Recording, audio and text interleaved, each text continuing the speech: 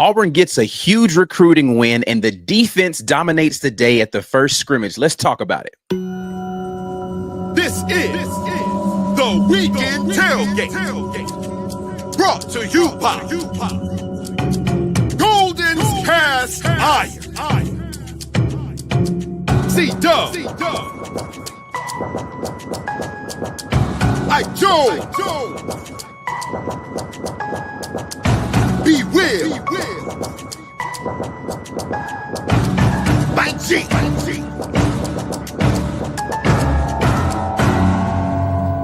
You are now listening to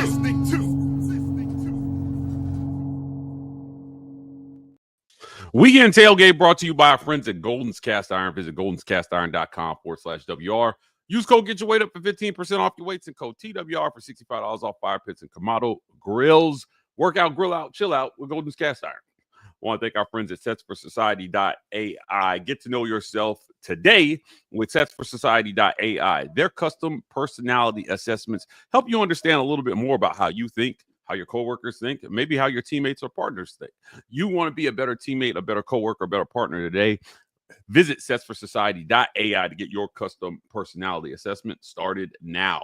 Also want to thank our friends at the Rogue Shop. Visit RogueShop.com. Use code REPORT to get 15% off your Rogue Shop order. Pain, sleep, stress, anxiety, whatever ails you in life, the Rogue Shop has something that has you covered. And I want to thank our friends at the Vibe Vault. You can find them at 3462 Crosswinds Road, Suite E in Phoenix City, Alabama. Not just barbers, lifestyle consultants. Get fresh for the weekend with the Vibe Vault. Also, guys, join as a member. $5.99 a month will get you there. Your financial support helps keep us viable. Ike is going to be on the road, headed down to Waco, Texas, to cover the game for you guys. Make sure he travels in style by signing up for a Patreon membership. We appreciate our Green Name Gang for helping us grow our Green Name Gang. If you're looking around the chat right now, you're wondering, why don't I have a green name? It's because you haven't signed up as a patron.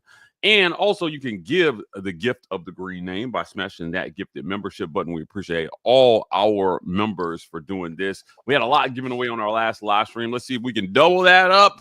See if we can get 30 to 40 given away today. I believe in y'all. We could do it. Let's join as a team, make this happen.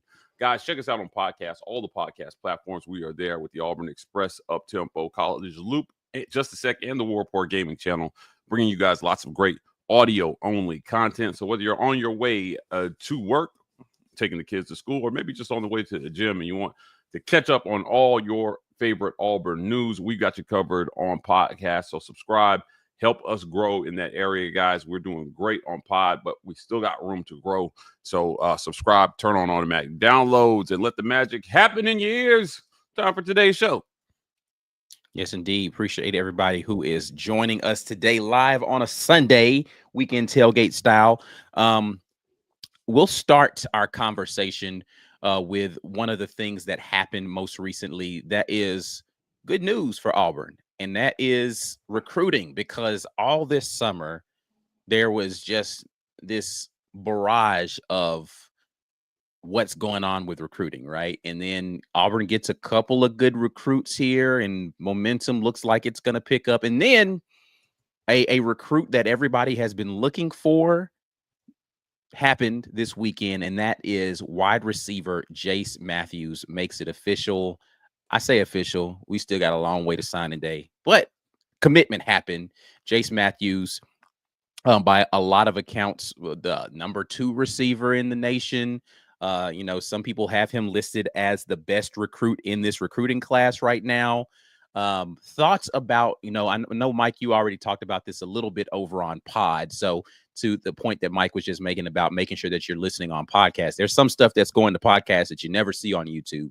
So make sure that you're checking that out over there. But thoughts about the commitment from Jace Matthews, the wide receiver there, C?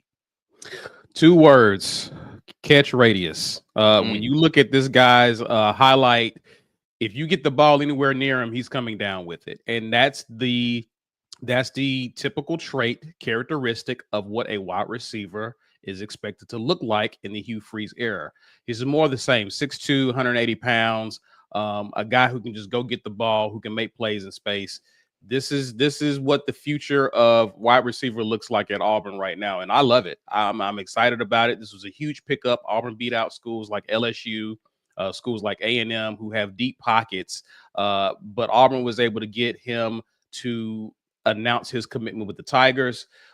Big win for them. And it speaks again to the fact that with all the money that's going around, it's about relationships. This kid is based out of Mississippi, which, again, another opportunity to take a dig at Ole Miss.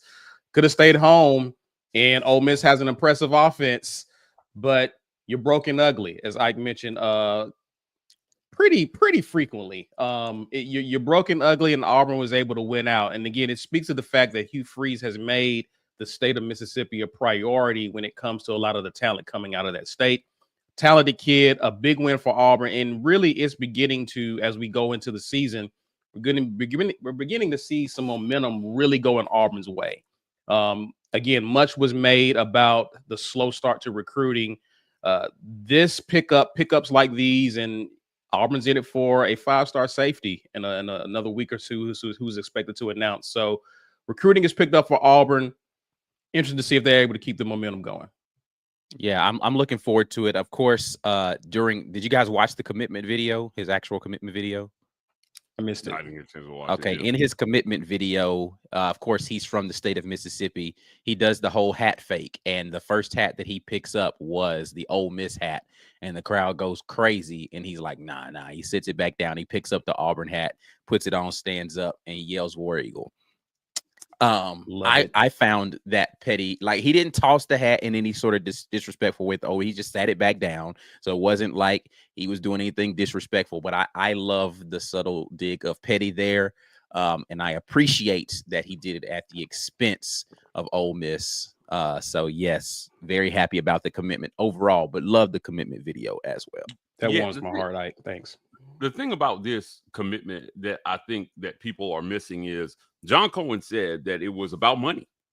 That, look, man, it's not that Auburn it's not results on the field. It's not all these other things that people are trying to make about. It's simple math. It's about money.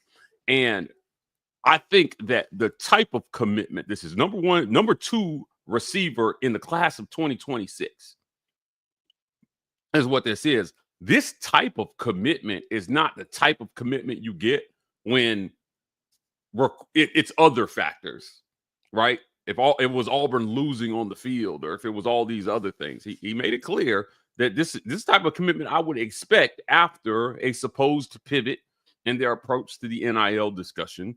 And there's more to come, man. I don't know if you guys have been following On 3, but On 3 said Auburn is got like 4 or 5 really, really big flips on tap, potentially. And if John Cohen is right, and money was the only thing standing between these kids and Auburn, well, it looks like the money's on the table now. I just can't get over people acting like it was supposed to be at the stroke of midnight, August 1st, that they were expecting all these things to change about Auburn recruit. I was like, come on, man. I can't get over the fact that people said that they heard us say that. Like there was one person in particular that came into comments on one of the videos, like, I thought you guys told me. I was like, no, we didn't. We literally never said that. That's not a thing. So I don't know. But yeah, listen, August 1st was a date for clarity, not necessarily the date where the floodgates opened. It was just like, okay, I see what it is now. Auburn is back. August 1st. Auburn is back. Yeah, right. For what it's worth, I think it happened a little bit earlier, because when that court ruling came down, like clarifying the role collectives can play in this process, there was no need to wait for August 1st. So you saw Jaquez Wilkes' commitment come in almost immediately. Now you got Jace Matthews. These are months potentially of negotiations that were going on. They're not just going to flip in a day, right? Because if Auburn counter offered, I would bet that there were counters to the counters happening. But if you liked all the things about Auburn and you said, hey, I'm sorry, but I got to go to the place that's got $100K more on the table. Once that $100K is on the table, that should flip the math back in Auburn's, favor. Yeah, and let's be clear, it is going to be difficult because those young men are fighting the perception that they are taking the money and running, right? Like, even if that's not the ultimate reason why you switched to Auburn. It might have been the reason why you didn't choose Auburn initially. And then you have to fight this whole thing of, look, oh man, these kids they don't know what commitment means, and they're just up for the highest bidder and all this kind of stuff. You have to fight that perception. So that is the calculated risk that Auburn was taking for, like, all right, we're just going to do some stuff to offer some money that we can't guarantee in the hopes that we secure the commitment. But I am still of the mindset that integrity rules the day when it comes to this stuff. And if the money was the only issue, you were integrous throughout the process. Yeah. I mean, and to be clear, just because a recruit is weighing the money as a factor does not mean he's all about money. Correct. It just means that the secondary school that he went to met all the secondary requirement or the primary requirements that they had in the school. Do they have a good development plan? If you're a wide receiver, are they developing at my position? Right. Can I win there? The relationship with the recruiter. Nice yeah, all those things still matter. Yeah. And once you check all those boxes, now it's like, all right, now let's talk about money. It's a necessary and essential part of the process. And just because a recruit wants to talk about money does not mean that he lacks integrity or that he's all about money. Or it's part of the process that they have to consider. Because when you bring a head coach in, guess what the conversation eventually winds up at? Money. Yeah, I just don't. I saw a lot of stuff on social media that recruiting rules the day. It does. Recruiting rules the day. And I have a sneaking suspicion that when Auburn visits Waco on August 29th, that they're going to find out how much recruiting rules the day. Yeah. You need dogs, man. Yeah. You need 4- and 5-star players because the teams that you're trying to beat have that extra cushion. Every once in a while, yes, you can outcoach a guy who's got more talent than you. You can outdog a guy who's got maybe more talent to you, or outhard a guy who is just playing for the money. But you need players, man, at the end of the day, and that's what Hugh Freeze is doing. He's going out and he's getting that. I think Auburn jumped up to like 50-something in recruiting is what I saw. I think it's in the low 50s, right? Yeah. So that'll continue to climb. They've got some really good players in this class. They're filling needs, which is something Ike talks about all the time. You can't just recruit stars. You need to fill actual holes in your roster. Yeah. Which is why these schools have hired GMs. I don't know. The sky was never falling. The idea that Auburn could recruit as well as they did the first couple years and then just suddenly forget how to recruit in year 3.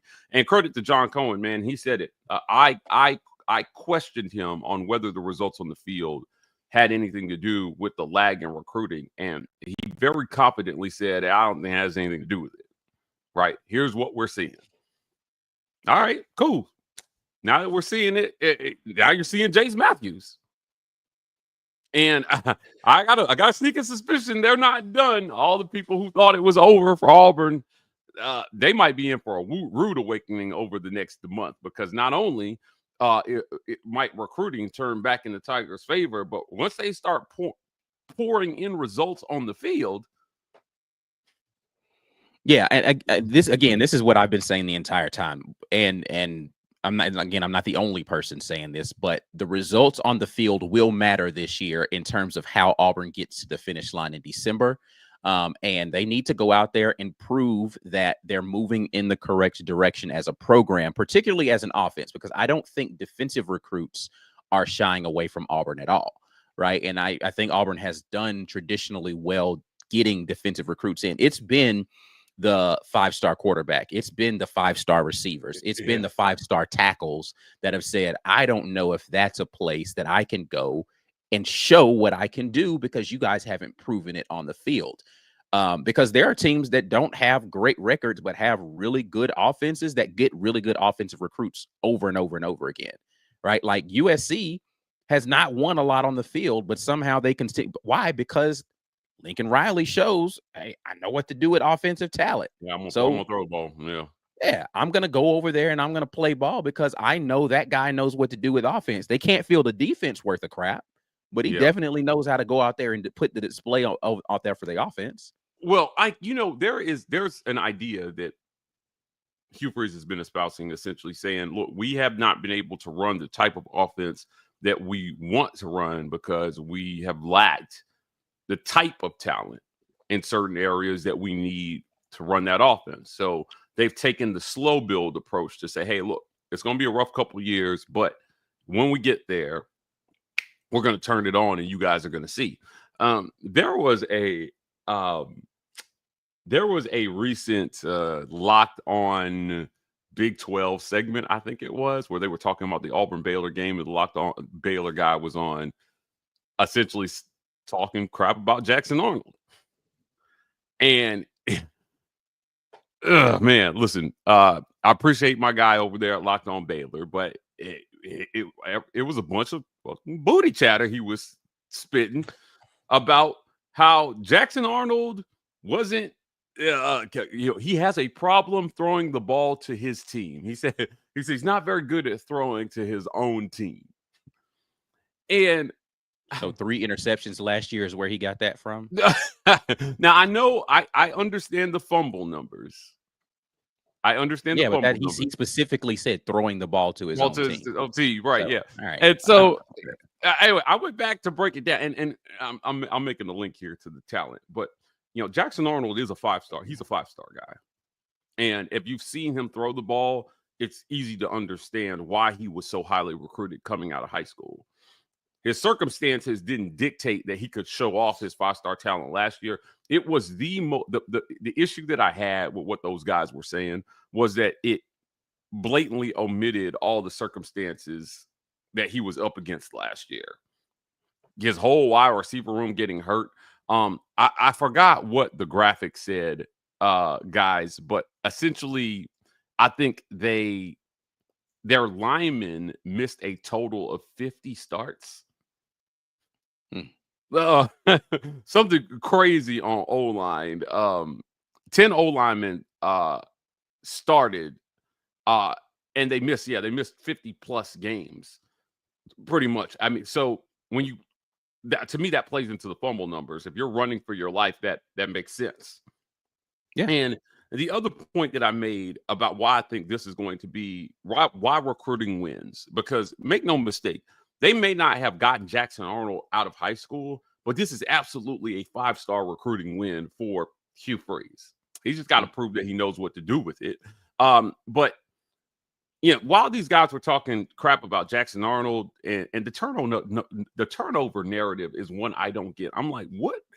I don't understand what people are looking at. He was not exactly a turnover machine, but the point that I made was if you take Jackson Arnold's touchdown to interception ratio, he would have been second in the Big 12 in that category. 4 touchdowns to every 1 interception.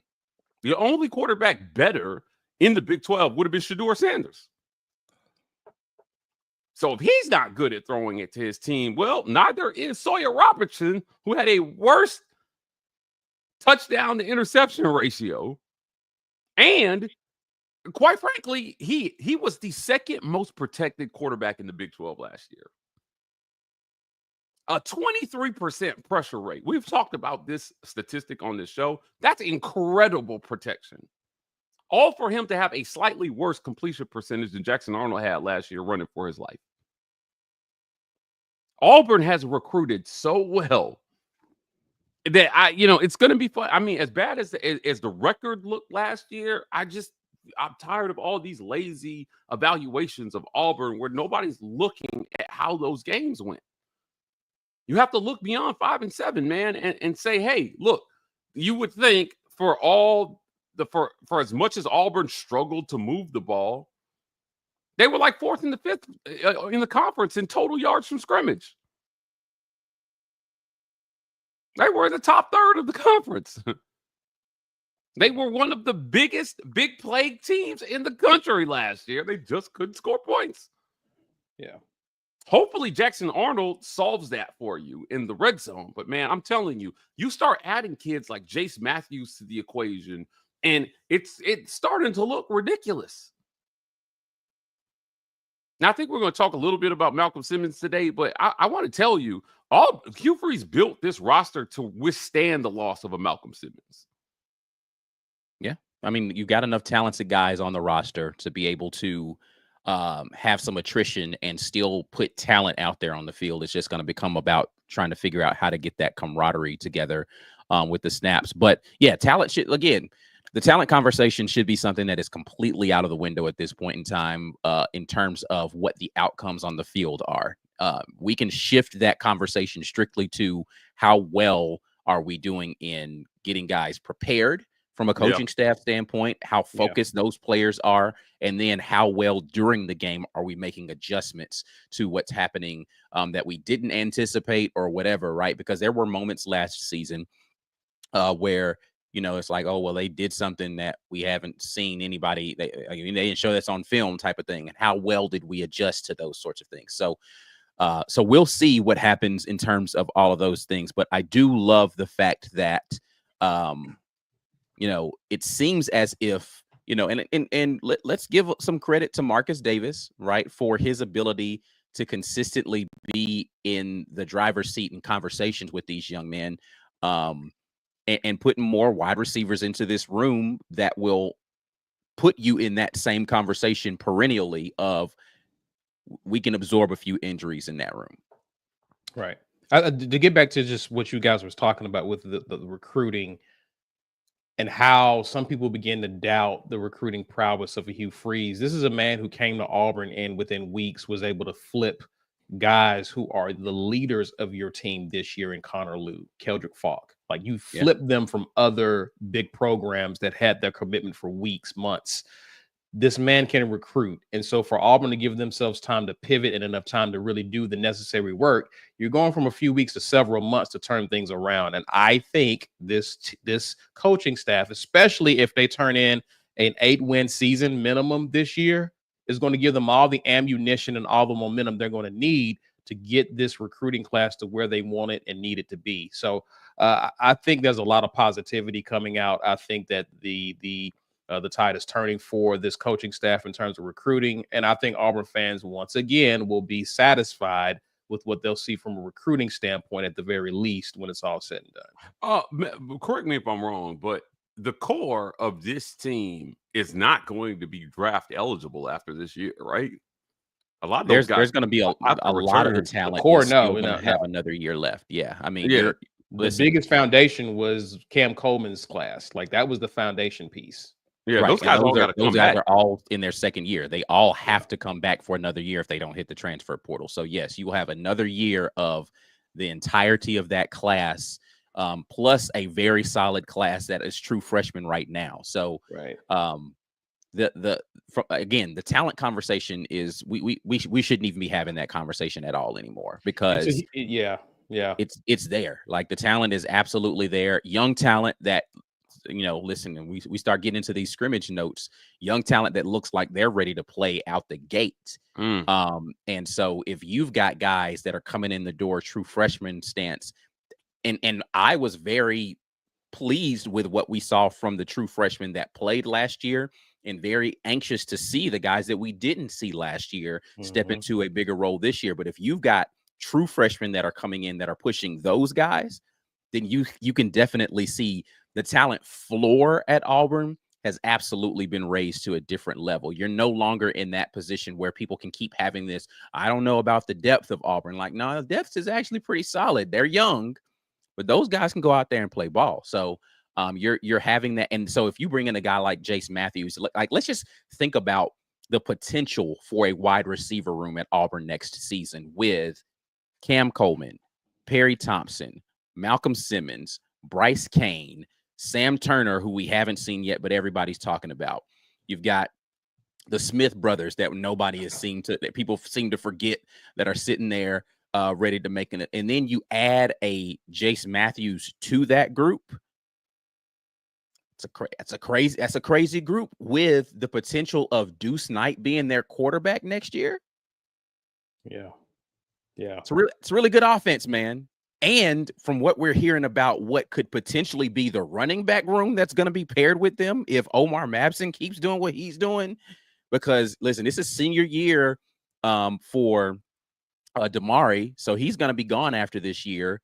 It will be the senior year next year for Jeremiah Cobb, but you've got now 2 other running backs that seem like they're studs in that bit. Man, that offense is starting to look really good. And we haven't even started talking about offensive line players that people are already raving about. It's crazy. That offense could look really, the talent floor again for Auburn's offense is from what Hugh Freeze inherited coming in the building to what it is today. That talent floor is levels above what it used to be. You said it well. You said it well, Ike. Is the question? I mean, we're not saying that there shouldn't be questions, but the question shouldn't be about talent. They should shift to Hugh Freeze and his ability to do something with the talent. Right. Yeah. I would say this. While it is, I agree, Ike, it is, the talent floor is much higher. I was never of the opinion that the talent was rock bottom. No, it wasn't. It was mid. Right. Yeah. Which means that the talent floor is much higher than it's much higher than a lot of people think, if that makes sense. They weren't starting from it may have looked like that record wise, but Auburn had some really talented guys. The talent conversation is not about record for me. Yeah, right. Like, but that's what a lot of these people who are knocking Auburn and thinking Auburn have a long way to go are basing it on. They're basing it on record. They're just looking at 5 and 7, and as I mentioned earlier, they're not digging any deeper to see, hey, this team actually moved the ball fairly well last year. You had a guy in Jarquez Hunter who would have been a much higher draft pick if Auburn had just won football games. Jarquez looked good. Did you guys watch him in the preseason game last night? I didn't get a chance to see him. He looked good, man. Like, and the statistics aren't gonna like jump out to you, but when you watched him tote the rock, you're like, yeah, this dude, he's a pro. Yeah. He's a pro. Yeah, not shocked. Yeah, football is Jarquez's life. He loves football. He's going to come to work every day like a professional and get it done. And if you're Hugh Freeze, you hope you have a team full of guys who will do just that. Hopefully, that's the culture you built. That your Cam Coleman's and these guys will just come to work with their hard hat and their lunch pail and get to work every single day, making you a better football team year over year. You hope that they want to win so badly that they're not going to let anything stand in their way of winning now. Yeah. So, and trust and believe, year 3 is now.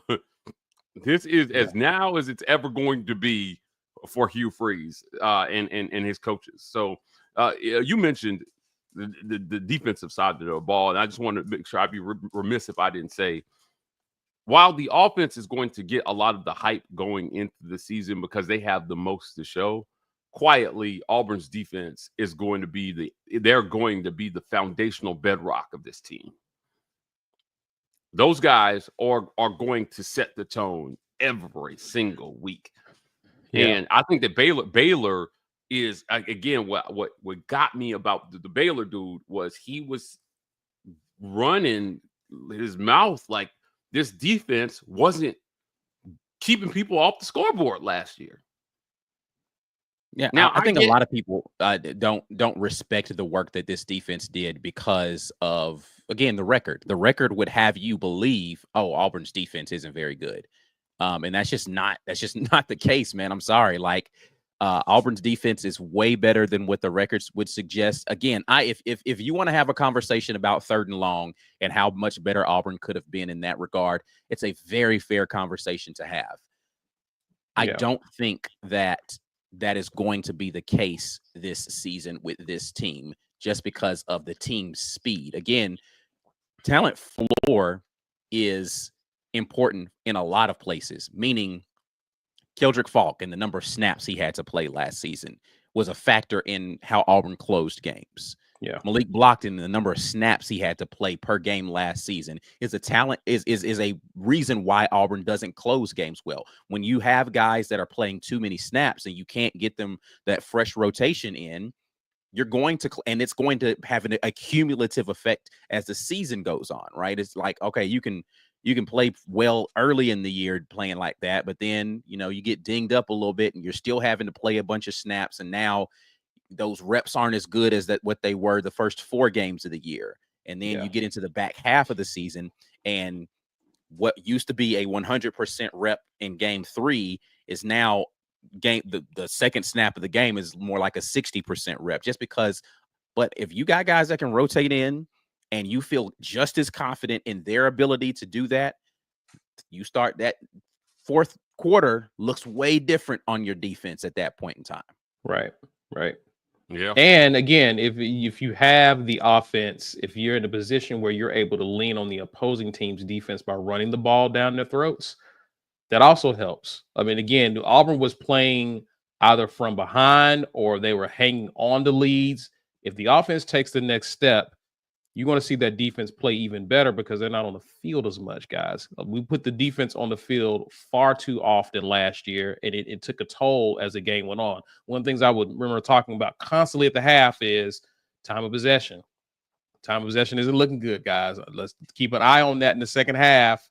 And that became the story for this defense is you can't expect them to play at a high level for 4 quarters when you're on the field for the majority of those 4 quarters. And Mike, you made mention of this defense being special for next year, not comparing them to this team, but people talked a lot about 2004. When you think about 2004, you thought about Jason Campbell, you thought about Cadillac, you thought about Ronnie, but one of the things that was special about that team was defensively how strong they were and how the fact that they were making it very difficult for teams to score on them. I think that's a similar makeup you could potentially see with this year's team. While people are talking about and raving about this offense and Jackson Arnold and the wide receivers, quietly you have a scary good defense on the opposite side that's making it hell for opposing teams to score. Yeah, I would say this. If you're a Baylor fan and you're hanging the hopes of Baylor winning on Jackson Arnold bad, good luck with that. Matter of fact, Jackson Arnold, while I believe he'll be a headache, there are so many other things to worry about in this game. Yeah. In this game coming. Because defensively, as I mentioned, Auburn, so we're clear, Auburn played a few teams much better than Baylor last year. Nobody ran away from Auburn. Nobody ran it up. And they hung in there as much as they could defensively. If they're any better this year, and I'm talking about marginally better, they're going to be hell to deal with. Yeah. I mean, it's funny to make the bad case against Jackson Arnold. You have to kind of ignore all the external factors. You have to look purely, and even when you look purely at the numbers, people are literally just making stuff up to try to make them look bad. As Ike mentioned, he only threw 3 interceptions last year, but yet people keep saying that he throws the ball to the other team. And I'm like, a 4-to-1 touchdown interception ratio is really good. You would take that from any quarterback any day. 4-to-1 is amazing. Saying, what are we doing here? Given all the crap that he was dealing with. Yeah, but also ignoring that he lost his entire wide receiver room and their offensive line was trash. And they said that I think I saw that. I didn't know this, so correct me if I'm wrong, but I saw someone saying that their OC hadn't called plays since like 2015, and he got fired midseason. So you got to ignore all that and just say, yep, it was all Jackson Arnold. They're the reason that Oklahoma was bad offensively last year, and now that's going to happen at Auburn. When none of those factors are the same. Yeah, the OC's not going to get fired midseason because it's Hugh Freeze. I hope not. The wide receiver room, if you haven't been paying attention at all, is going to be one of the best in the country. I'm talking about he's going from all my receivers got hurt to one of the best in the country. Again, the question is not about Jackson Arnold. It's can Hugh Freeze get the most out of Jackson Arnold? Yeah. That's if you're going to have a critique that's fair, It shouldn't be about Jackson Arnold at this point because Jackson Arnold is a talented quarterback. He was wanted by schools all across the country when he was coming out of high school. Talented kid. Can Hugh Freeze help him reach his ceiling? Can Hugh Freeze raise his floor? There was the other popular thing that I see people throwing was I guess they played in the Alamo Bowl. He started the Alamo Bowl his freshman year. And he had 4 turnovers in that game. Yes, and I did a film review on that game, Okay. and like 3 of the 4 were tipped passes off the hands of his receivers. Right, right. They had receivers in that game. This was in the bowl game, and but still, even okay. So let's just talk about that for a second. Some of the guys that were playing that bowl game, that was also their first start because some of the guys in the bowl game had opted to not play. Opted out. Yeah. So again, I'm not saying Jackson Arnold is a perfect quarterback. I'm saying that what people are saying about him don't match with what actually happened. Yes. It lacks context. They don't have context in terms of what happened. Well, hold on, wait, Caesar. Don't give him credit. Don't give him credit by saying lack. No, they're flat out lies. Fair. It's not they lack context. They're making stuff up that did not happen to say Jackson Arnold bad. When people talk about those turnovers, no one mentions that he threw for 361 yards in that game. Not a single detractor that brings that game up mentioned that he threw for 361 yards. Come on, man. And he had a ton of big plays in that game. Yeah, he did. And like Green you said, Name again, that Jackson Arnold versus Arizona is there. The film review, if you want to go look at that performance and see if I'm making up a narrative about him. Yeah, to me, because it was his first start, right? Like, to me, that's the type of game, if it's your first start, I would look at it and say, oh, the future's bright with this kid. Yeah. 361 yards in his first start? Come on, man. It gives you shades of Mac Jones in the Iron Bowl, honestly. That's exactly where I was going. Do you know if Lebby was still coaching or did he leave? Oh, that's a good question. I'm actually not sure whether or not Jeff Lebby was still coaching that game. I'm not sure. Yeah, because I wonder I would argue that he probably left by that point because it wasn't like it was a playoff game. Yeah. Right. Yeah. So I'm just curious. Yeah, I'm glad you brought up that Iron Bowl because after that game was over, although Alabama lost and Mac Jones threw 2 pick sixes, I left that game feeling like he's going to be good. But you could not talk about he threw 4 touchdown passes in that game. He threw 4 touchdown passes in that game. Right. Yeah, so the 2 pick sixes, while they hurt and were absolutely the reason that they lost, if that was the basis for the start of his career in the Iron Bowl. Right. Yeah. And we all know he went on to make New York for the Heisman ceremony the next year. Had one of the highest completion percentages we've seen in SEC history. His receiver won the Heisman. Like, come on, man. I just this whole thing with the Big 12 where they want to be victims so bad. They want to be overlooked, right? Big bad SEC. I'm not understanding it, and I get kind of like the posturing for fan engagement. I do. But it was something about this rant that just rubbed me the wrong way. And it completely ignores the massive amounts of talent that Hugh Freeze has brought into Auburn. And we see it every single year. You have one-offs, right? The Baylor has a lot of teams that have, the Big 12 has a lot of teams that have the potential to have these good one-off seasons. Like what Arizona State had last year. Now, if you're listening to this and you're thinking, oh, you're downplaying what Arizona State did, well, okay, look, they were picked to finish dead last in the Big 12. So nobody in that conference thought that they were good either.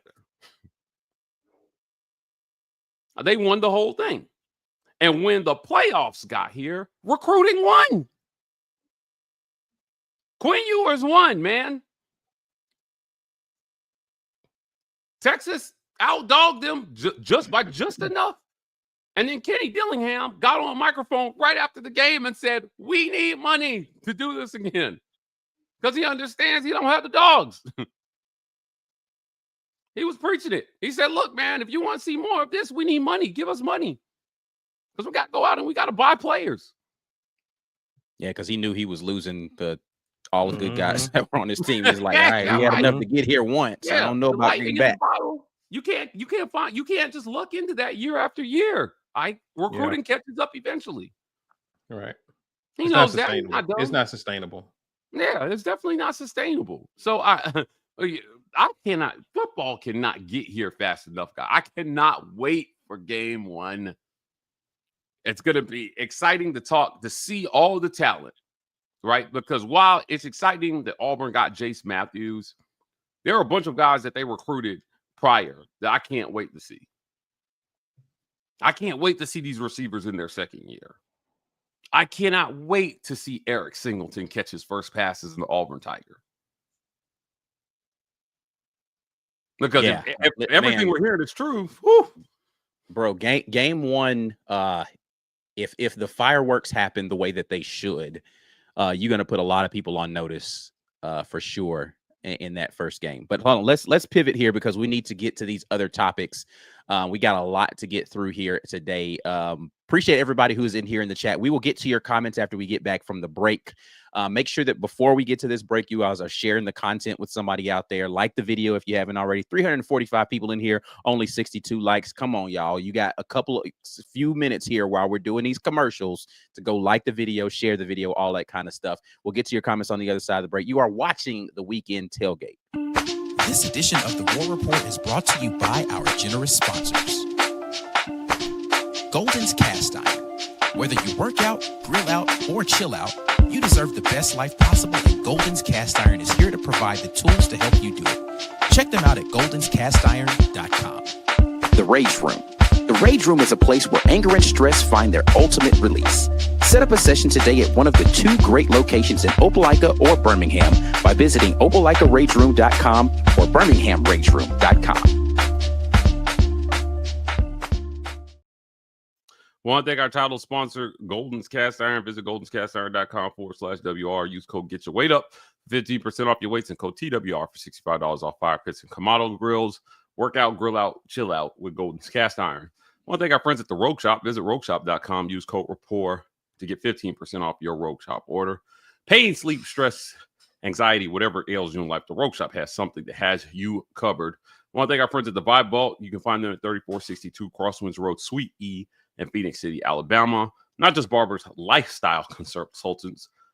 Get fresh for the weekend with the Vibe Vault. Guys, subscribe on podcast. All the platforms, we're there with all the great podcasts you see here, bringing you guys lots of audio-only content. I put out some great content for you guys Saturday. I talked about the Malcolm Simmons thing. So we definitely want to keep that content going, but we need you guys to listen so we can keep putting that out. Please subscribe, turn on automatic downloads. We appreciate you guys for doing that. I want to thank our friends at SetsForSociety.ai. Look, Sets for Society may help your Baylor friends understand why they're so disassociated from reality by understanding why they think Baylor's going to beat Auburn in this game. SetsForSociety.ai. Get to know yourself. With Sets for Society, they have custom personality assessments that let you know a little bit more about how you think, how you relate to others, how others can relate to you. Visit SetsForSociety.ai to get your custom personality assessment started today. We appreciate them for sponsoring this segment. And guys, do us a favor. Help us grow the Green Name Gang today by smashing that gifted membership button. You guys have been doing a great job of helping us grow the Green Name Gang. When the season gets here, we will have lots of member-only content, especially on game day. You don't want to miss out, so give the gift of the War Report. And if you don't have a green name, check your email. If you subscribe and you interact with our channel at a high level, you are likely to be on the receiving end of one of these memberships. So keep an eye on that email there. And for my guy Y2K in the comments, you might have like 3 or 4 like memberships just sitting there waiting on you, buddy. Because my buddy he's interacting. So if anybody's on the receiving end, I think it's gonna be him or her. I'm sorry. Or they? Yeah, Them. they're just saying stupid stuff now, though, because like, oh, we're being disrespected by who? We're Auburn people talking about how good we think our team is going to be. It's like that's all I hear. You keep showing up to the Auburn shows. What do you think? Yeah, you're gonna hear Auburn stuff on the Auburn. So this is where I get so confused, bro. As much as I've been saying positive things about Auburn, I don't know if y'all watched. I released a segment with the guy from Sikkim 365 on our channel this weekend talking about Baylor, and I let him talk. I barely said anything. I was saying complimentary things about the things that he said good. I was like, oh yeah, I think Sawyer Robertson's going to be a really good quarterback. Oh, okay, you think you guys are going to have a good offensive line? That's great. Well, hey, if you guys are going to run the ball really well, then you'll have a great chance. And now all of a sudden, there were people in the comment section being like, "Oh, you're sucking off Baylor." I'm like, "What? I ain't say nothing. I just let him talk about his team. I don't even use the straw." I'm like, bro, what are we doing? Like, come on. Like, I really need you all's ability to hear things and comprehend what you're hearing and seeing to be better than this. I really do. Yeah, I will tell you this. It's a tall task. I understand. I'm asking a lot. But the Sawyer Robertson thing, because I got into it with the Baylor folks on Twitter. My point has never been that Sawyer Robertson is a bad quarterback.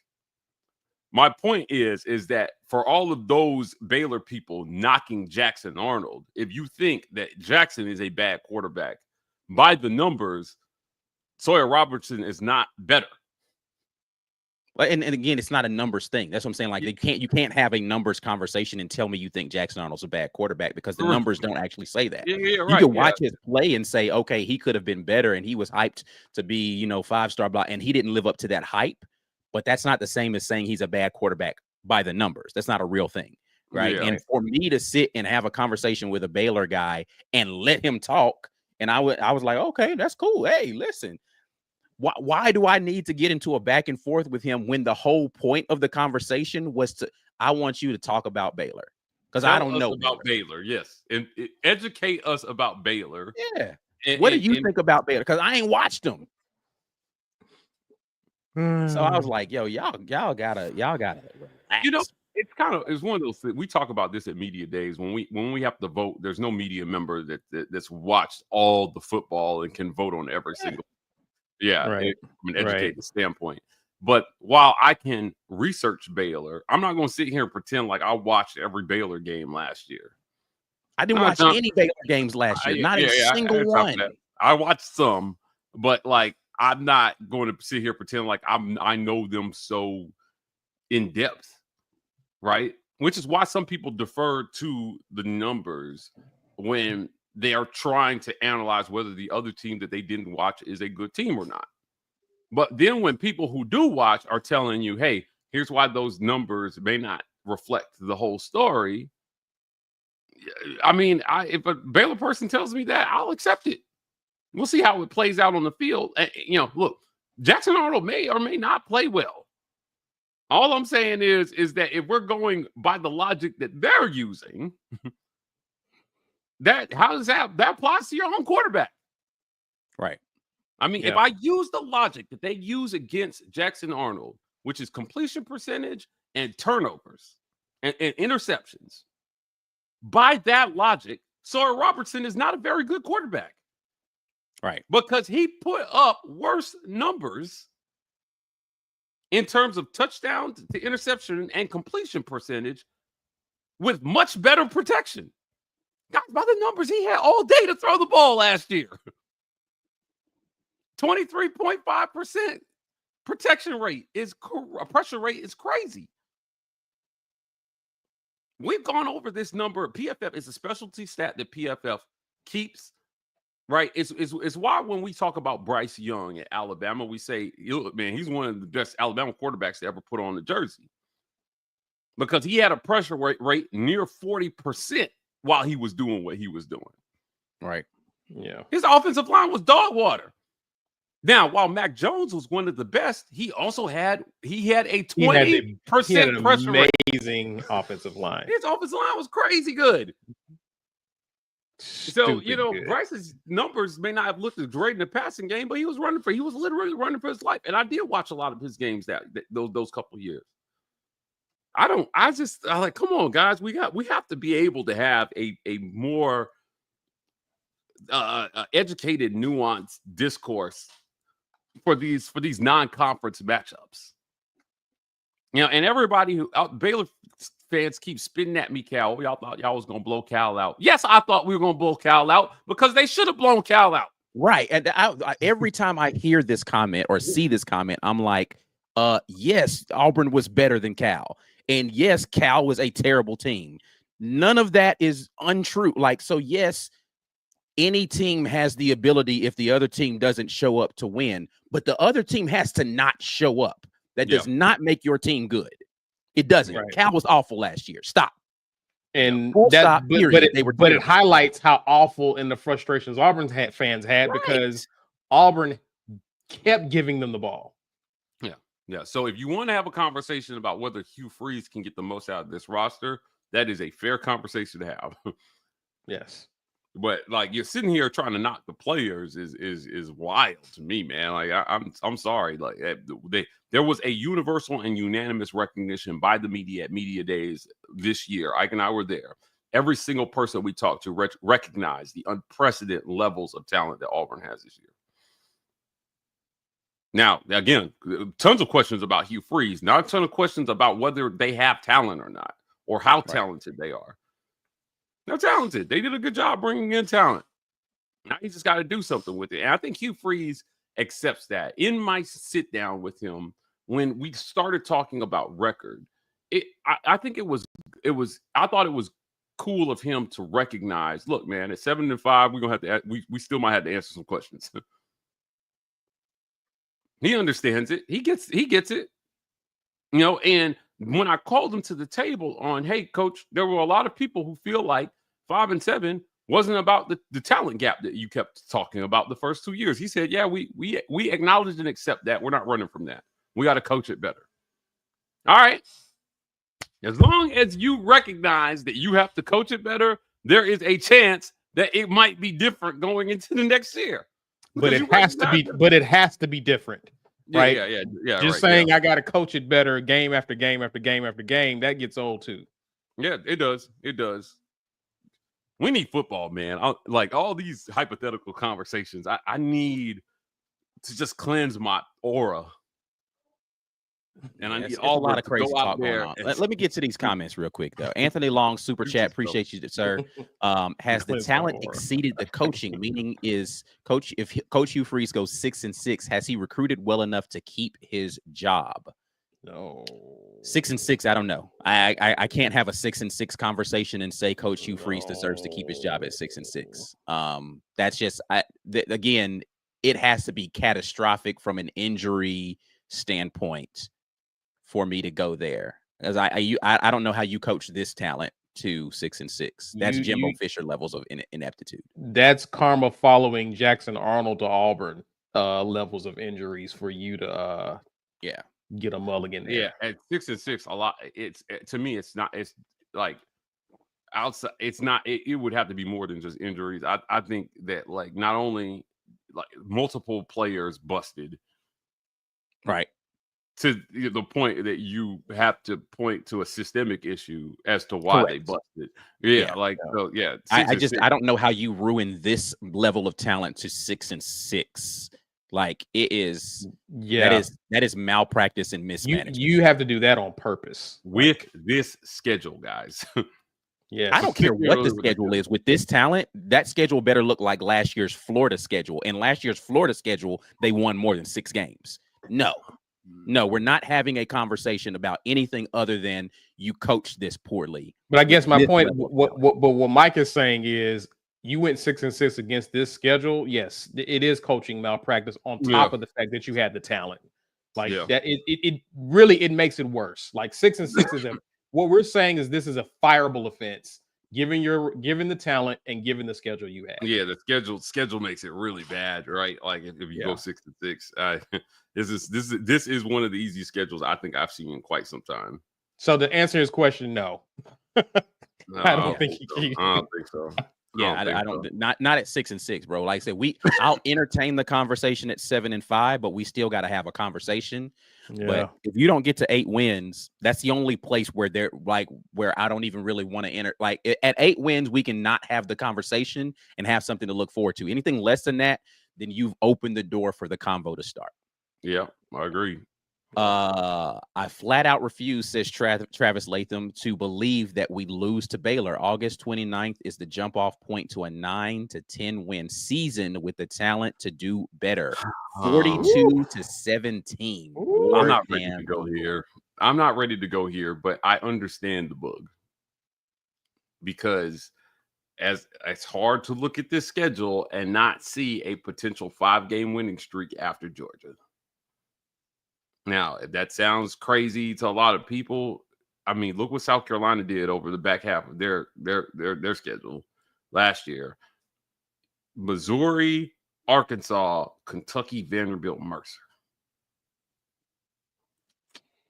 Yes, that's 5. That 5 wins, and if you just do anything regular in the first 6, you could get to 8 wins.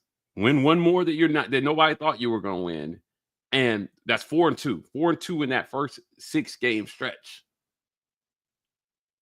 Plus 5 after, that's 9. And then you go into the Iron Bowl with a chance to win 10 and make the playoff. A 10-win Auburn team is making the playoff. Man, I would love to see it. But to those who are skeptical based on the coaching, that's where I have. I think we'll know everything we need to know about this team by Oklahoma.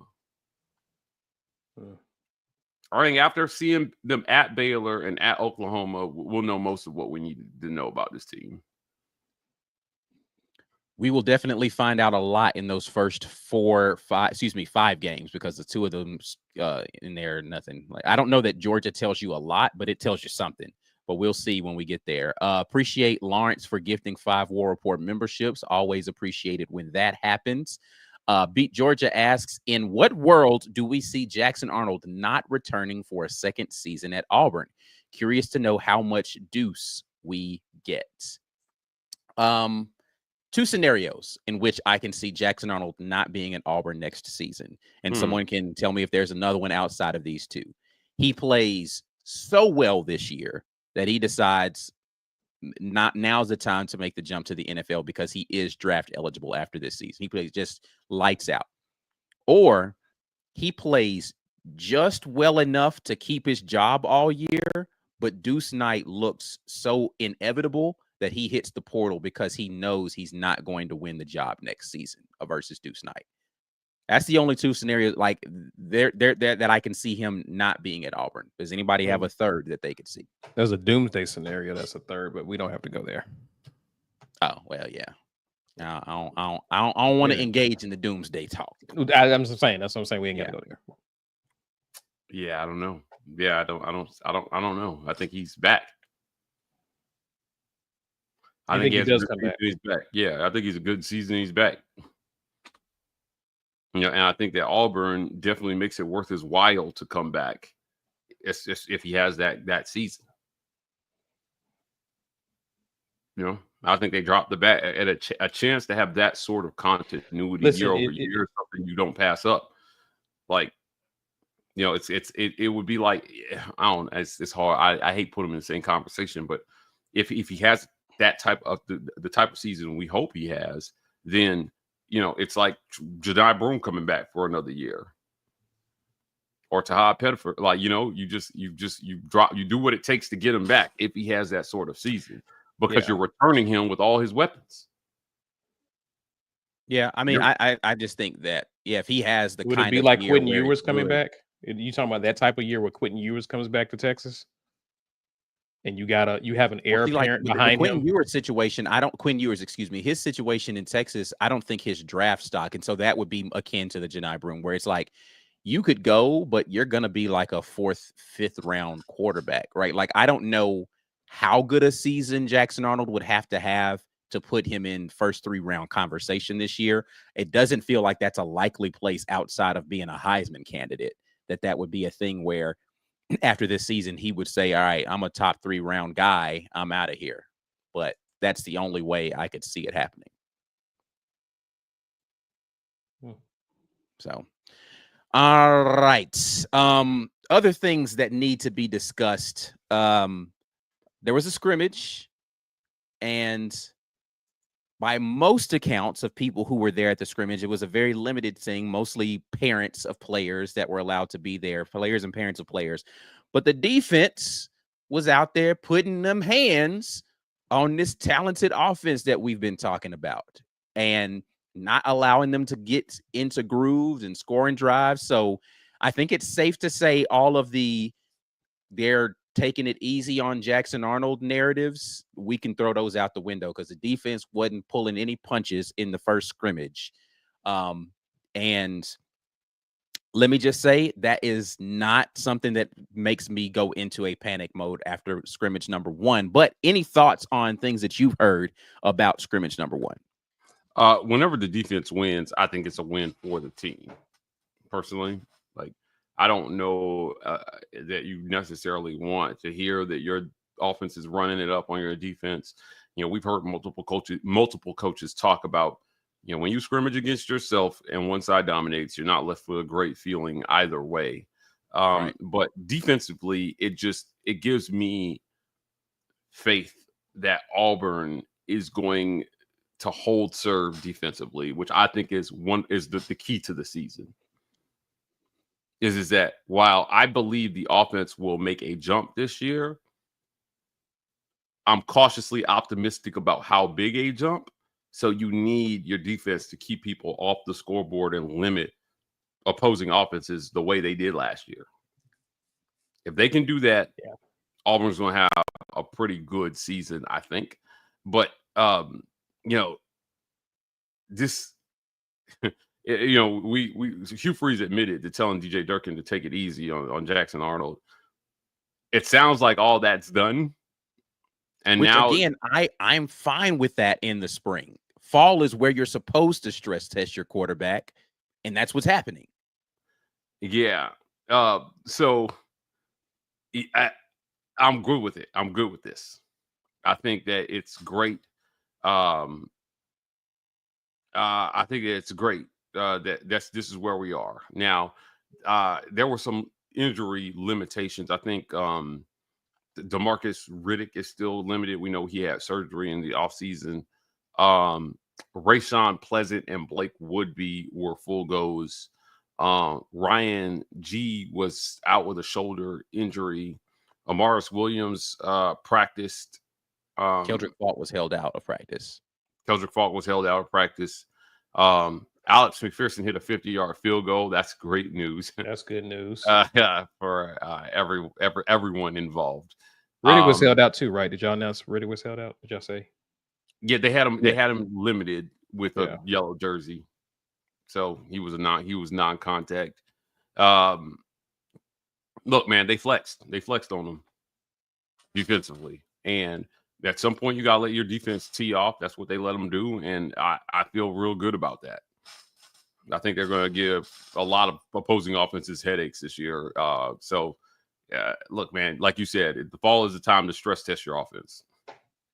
I agree. And also, too, the defense has – you've watched games where when a defense begins to figure out what the offense is doing, usually a team scores the first couple of series and it seems like they're going to run away with it. Well, the defense begins to figure out what's going on. They begin to anticipate what you're doing, and that offense isn't really moving the ball the way that they used to because that team has seen you for several series. Where you're talking about a defense that has seen that same offense, has scrimmaged against that offense, practiced against that offense. They've been seeing them all summer, so they have an idea of what's coming.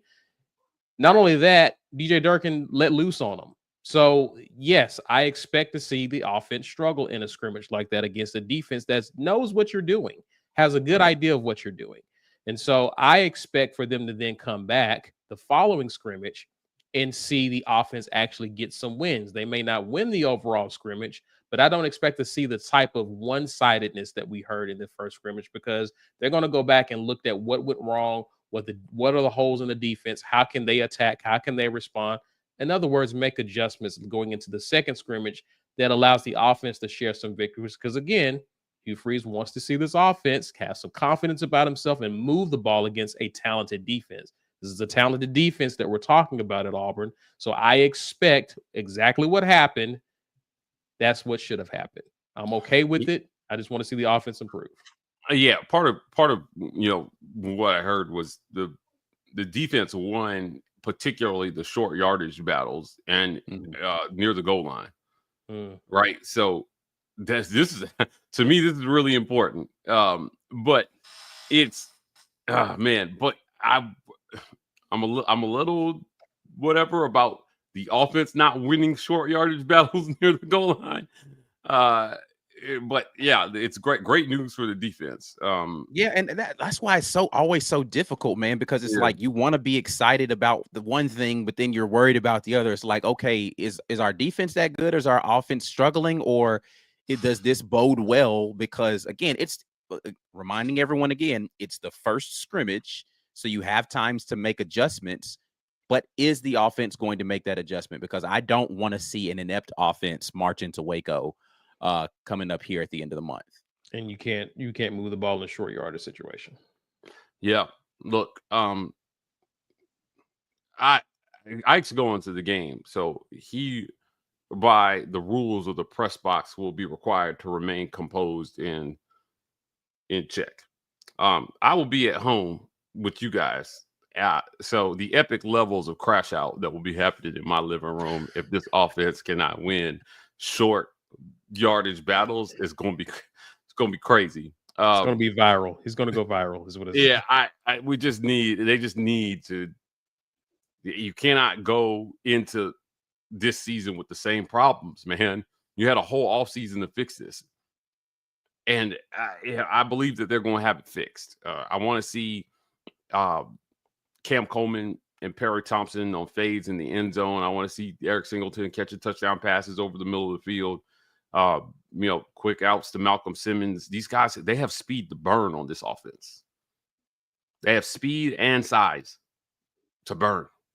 So they've got to find a way to get creative, I think, at some point in the red zone. But also, you just need to be able to line up and play football. All the gimmicky stuff that they tried last year, it failed more often than it succeeded. Every time they tried a gimmick, it was like, why did they do that? And we sat in the press box and watched it week after week. Where it was, why did they make that call? I don't understand why they made that call. So, yeah, the defense winning the scrimmage is not unexpected. I expected it. I expected to hear that the defense was going to win. And if you're taking the training, if you're taking the chains off of DJ Durkin and just telling him he can call it, I believe that much in him that I think that he's going to win. And hopefully the result is our offense won't see anything near as hard on game day. Yeah. Right. Now, I think this is the advantage that Alabama had for so long under Nick Saban, right? Was you get to stress test your offense against the best defenses, your defenses. Every offseason, every practice.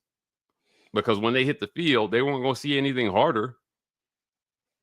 Yeah. Most of the time. I don't know, man. Recreating those 2-minute drills and against a really, really good defense. If you could beat them, you could beat anybody. So yeah, I mean, listen, if you have the defensive personnel to go out there and make that defense feel agitated for the entirety of a scrimmage, and then you've got the types of DBs that Auburn has out there going against these wide receivers. Once you get a chance to go against those Baylor DBs, you should feel like you're not getting covered by anybody, right? Because apparently the Baylor DBs are trash. So you'll be in a position to be able to have a lot more freedom and liberty once you get out there in the real game. That was for you, Y2K. That was for you, in case you were wondering.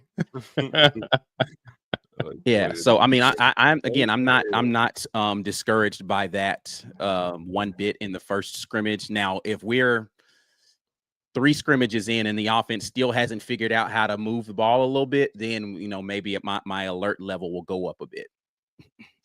Yeah.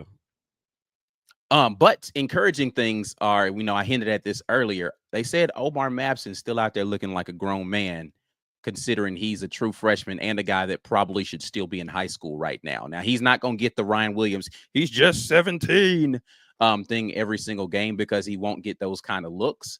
But super encouraging to hear that the depth of that running back room is such that you can get to a guy who most people projected was going to be like 5th on the depth chart, looking like he could be RB1 if you needed him to be. Yeah. His fellow running backs think he's gonna play. I think he's that good. So it just feels good to see Auburn continue to get it right at that position when they bring kids in. So yeah. Question still going to be how much is the running back going to be utilized this season? But again, it's good to know from a depth perspective that you could just rattle them off, right? Like, all right, next man coming in here. Oh, that dude's just as much of a monster as the last guy was. And again, since apparently I don't do enough crap talk against Baylor. I don't know that Baylor has that. They had their RB2 go down to a season-ending injury. I don't know if they have anybody else left on that team that can run the football worth a damn. We'll see. But yeah. All right. Any other thoughts on the scrimmage? Because I want to get over here to a couple of comments that we have. All right. James Barnett says, fellas, defenses across the country have been dominating their offenses. Why the huge panic from some? It's always like that. James, you've been around the block here long enough to know Auburn fans will panic about everything, because that is what is in their DNA to do. Panic. we do. It's what we do. Trauma response. It's a trauma response, guys. I can't believe it, man. The sky is falling all the time. We are always and if it's not falling, I'm gonna make it fall. All right. Something's wrong. Why are we not panicking? We'll figure out a way. But I mean, when stuff like questions about Hollis Davidson of Dustin Pace asked, what about Hollis? For those that do not know, Hollis Davidson was arrested recently for I think it's in Mike, you already talked about this a little bit, so I am going to let you kind of jump in here and make sure that you pivot people to the content that you already have over there on podcasts. But I think it's important to understand that the situation with Hollis Davidson is not the same as the situation that happened with DJ Barber. These are not akin situations, which is why Hollis Davidson is still on the football team and DJ Barber is not. But Mike, I'll let you talk about this.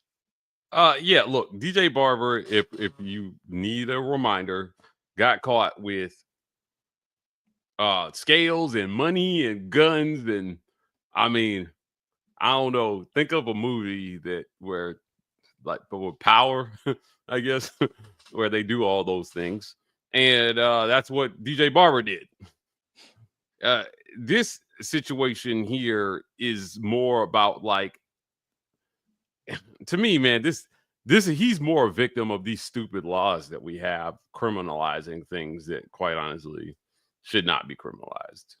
And you got to know better, right? Like, you have to know that it is still illegal, and I'm not saying that he should not be accountable for his actions here, because we're big on that here.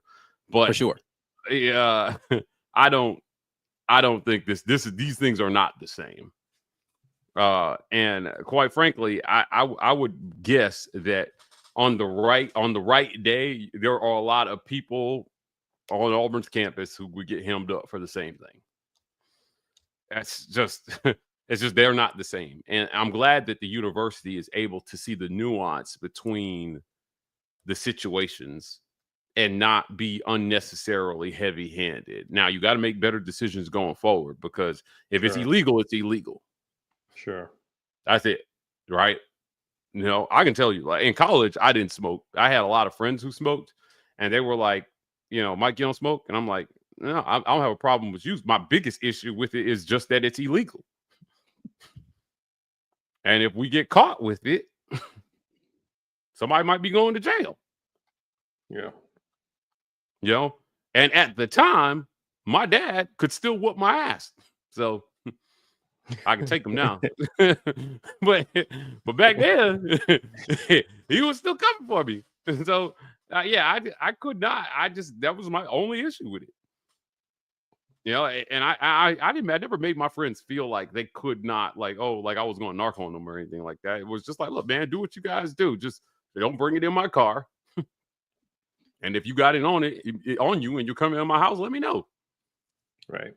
That's the type of situation I think that we're dealing with here, where it's just, some people do that stuff casually. And, he just happened to get pulled over and caught with it. And it was, that was the situation. So, look, man, teach these young men how to make better decisions.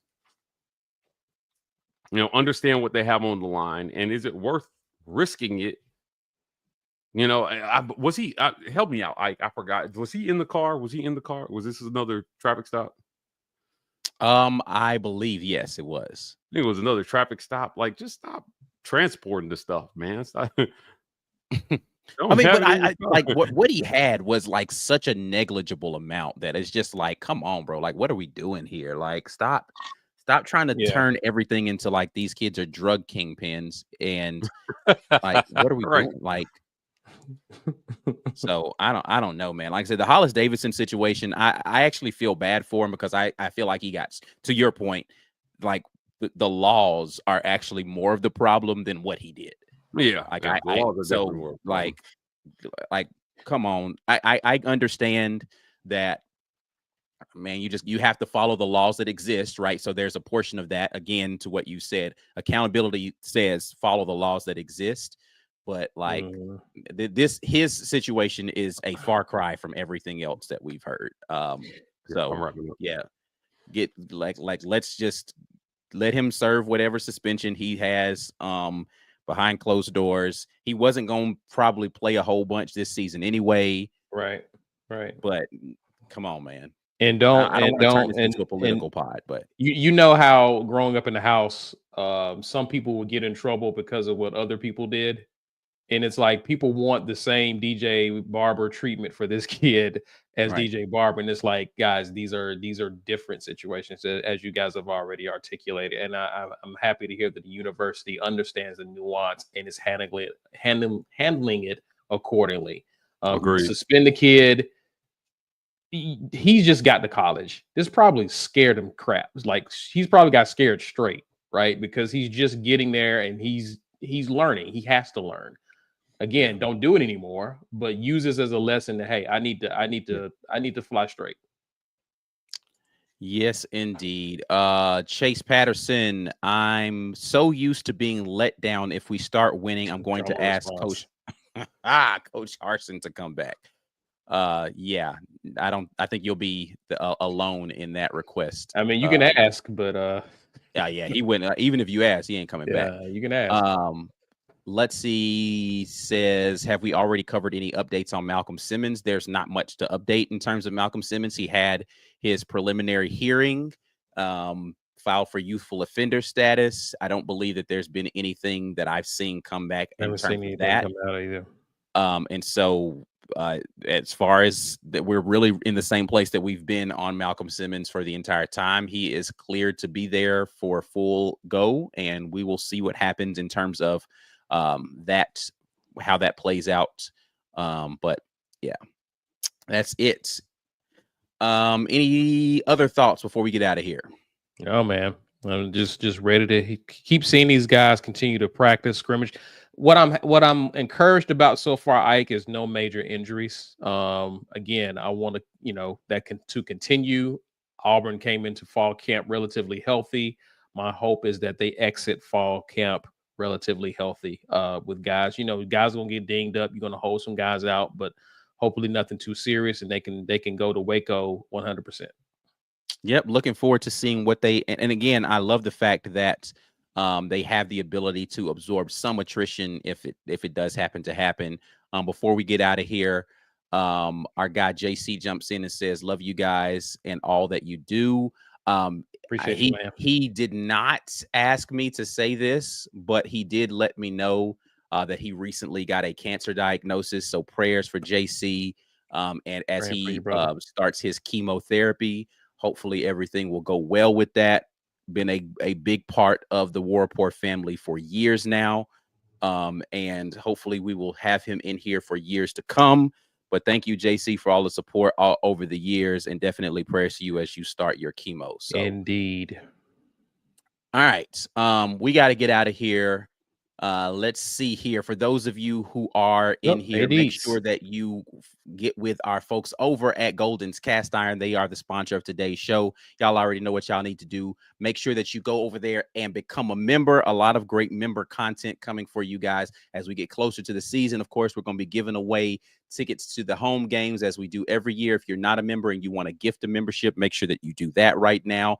We got a lot of podcast content that we've got out there. Make sure that you guys tap in with the pod, and make sure that you go over to the website, get your shop on, get some merch, read some content. We've been doing articles over there, so make sure that you guys get tapped in that way as well. And we certainly appreciate those of you who support us in all the ways that you can support. Another super chat came in here right at the end. At AD says, "Thanks for the great show. Ready to go up the Baylor." Up to Baylor, I'm assuming. Yeah, I'm assuming he meant up to Baylor, because up the Baylor sounds like the devil's anus on which movie was that? The Marvel movie. The Thor, it was one of the Thor movies. That one of the Thor movies where they was escaping. He's like, we have to go up the devil's anus. Anyway, enough of that. We're out of here, man. Make sure that you guys share the video with somebody out there. Like the video and subscribe to the channel if you haven't already. Make sure that you follow us on the Instagrams and the Twitters on X and IG. We are at the War Report, TW Report on TikTok. Back at you guys with great War Report content later. But until the next time, and as always, War Eagle.